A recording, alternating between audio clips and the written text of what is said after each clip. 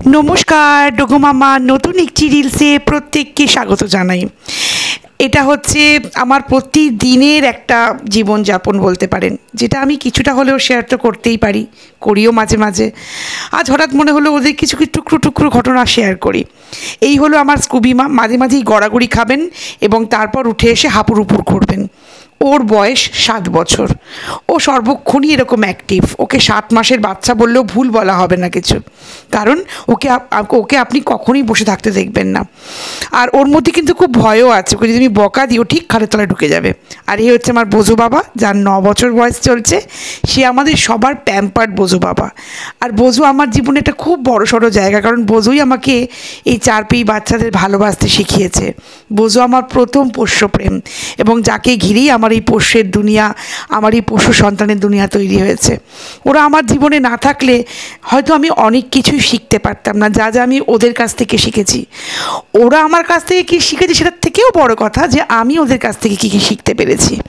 ওদের কাছ থেকে সবথেকে বড় শিক্ষা হলো উইদাউট এনি এক্সপেকটেশন সবাইকে কী করে ভালোবাসতে হয়। ওরা এটা জন্ম থেকেই জানে, আর মানুষ সারা জীবনেও যা শিখতে পারে না। ওদের আমাদের কাছ থেকে কোনো চাহিদা নেই, একটাই চাহিদা, শুধু আমাকে একটু ভালোবাসো আর একটু খেতে দাও খিদে পেলে, এইটুকুই চাহিদা। মানুষ কি এইটুকু চাহিদায় কখনো মিটবে? মানুষের তো চাহিদার শেষই নেই।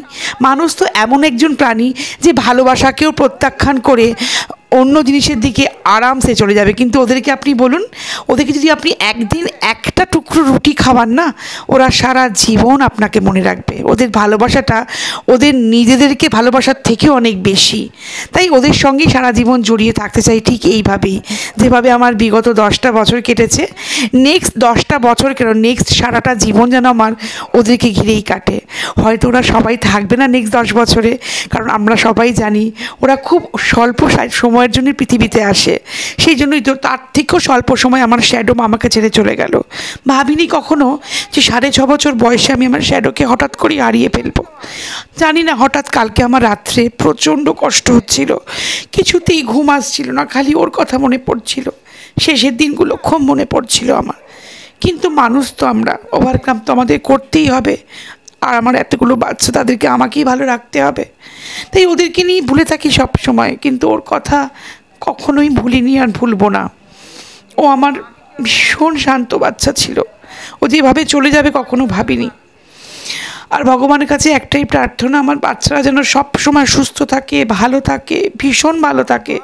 আমি আমার সামর্থ্য মতো ওদেরকে ভালো রাখার চেষ্টা করি। আর এই দেখুন, আমার কাজও সবাই সঙ্গে এরমভাবে মারপিট করে বেড়ায়। এটা কিন্তু অ্যাগ্রেশন না, ওর কোনো অ্যাগ্রেশনই নেই। ও সব সময় খেলা করবে, ওর মাকে কামড়াবে।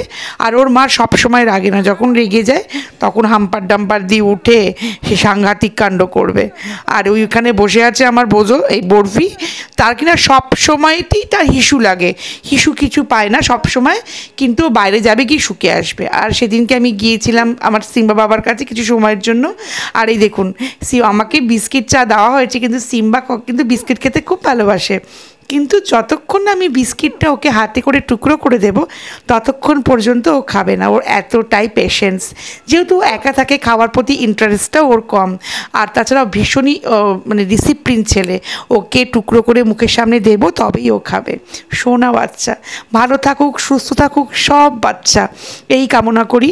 আর হ্যাঁ, আপনারাও ভালো থাকবেন আর ভালো রাখবেন বাড়ির বাচ্চাদেরকে এবং আশপাশের সকল বাচ্চাকে।